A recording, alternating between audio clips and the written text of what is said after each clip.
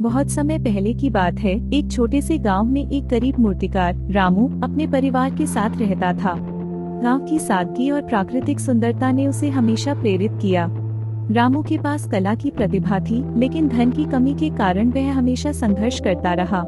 उसकी बनाई मूर्तियां सुंदर होती थीं, लेकिन लोग उन्हें खरीदने में असमर्थ थे।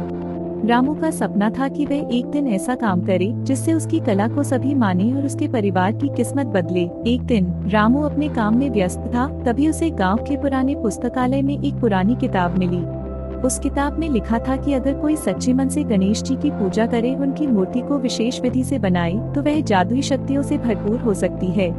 रामू ने सोचा, अगर मेरी बनाई मूर्ति जादुई हो जाए तो मेरी जिंदगी बदल सकती है। रामू ने तय किया कि वह एक नई गणेश की मूर्ति बनाएगा। उसने अपनी सारी ऊर्जा और समय उस मूर्ति को बनाने में लगा दिया। दिन रात मेहनत करके उसने एक अद्भुत गणेश की मूर्ति बनाई।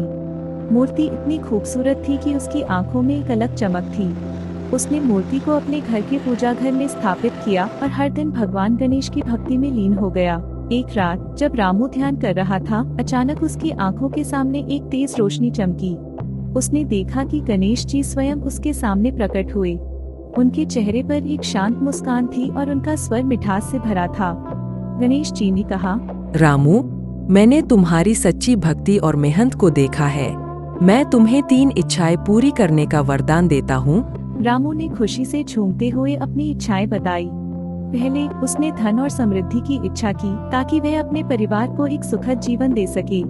दूसरी इच्छा में उसने कला में महारत की कामना की, ताकि उसकी मूर्तियां और भी सुंदर और प्रभावशाली बन सकें। तीसरी और अंतिम इच्छा में उसने अपने गांव के लोगों की भलाई की कामना की, ताकि वे भी सुखी और समृद्ध हो सकें।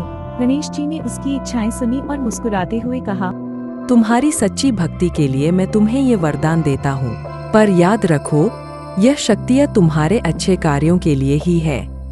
कहकर गणेश जी ने अपनी दिव्य ऊर्जा को मूर्ति में भर दिया और फिर वे अदृश्य हो गए। अगले दिन रामू ने महसूस किया कि उसके जीवन में कुछ बदल गया है।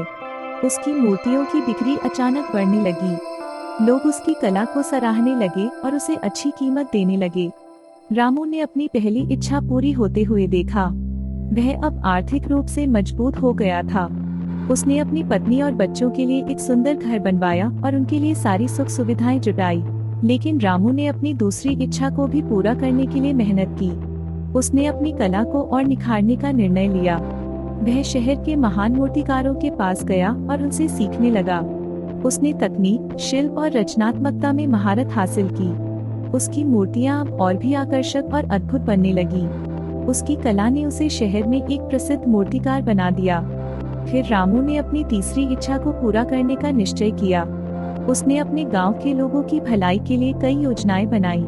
उसने गांव में एक स्कूल खोला, जहां बच्चों को शिक्षा दी जाती थी। उसने गरीब लोगों की मदद के लिए एक कोष बनाया, जिससे वे अपनी जरूरतों को पूरा कर सकें। वह गांव में एक सामुदायिक केंद्र भी बनवाने लगा, जहां लोग मिलकर काम कर सकें और अपनी समस्याएं साझा कर सकें। गांव के लोग रामू के प्रति आभारी थे।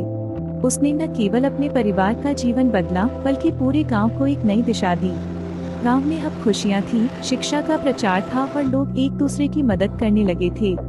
रामू का नाम अब गांव में आदर्श के रूप में लिया जाने लगा। समय के साथ रामू ने अपनी जादुई गणेश की मूर्ति को हर साल गणेश चतुर्थी के पर्व पर विशेष पूजा करने का निर्णय लिया। इस दिन गांव के सभी लोग एकत्र होते थे और गणेश जी की पूजा करते थे। रामू उनकी कहानियां सुनाता था, कैसे गणेश जी ने उसे एक नया जीवन दिया और उसकी मदद की। लोग उसकी कहानियों से प्रेरित होकर भक्ति और समर्पण के साथ पूजा करते थे। गांव में एक बार फिर से समृद्धि और खुशहाली लौट आई। रामू ने अपनी कला और भक्ति से सबको यह सिखाया कि सच्ची श्रद्धा, मेहनत और सेवा से किसी भी जादुई परिवर्तन को संभव बनाया जा सकता है।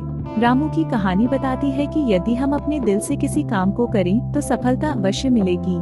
गणेश जी की भक्ति, मेहनत और समाज सेवा का महत्व समझते हुए रामू ने साबित किया कि सच्ची भक्ति से हर कठिनाई को पार किया जा सकता है।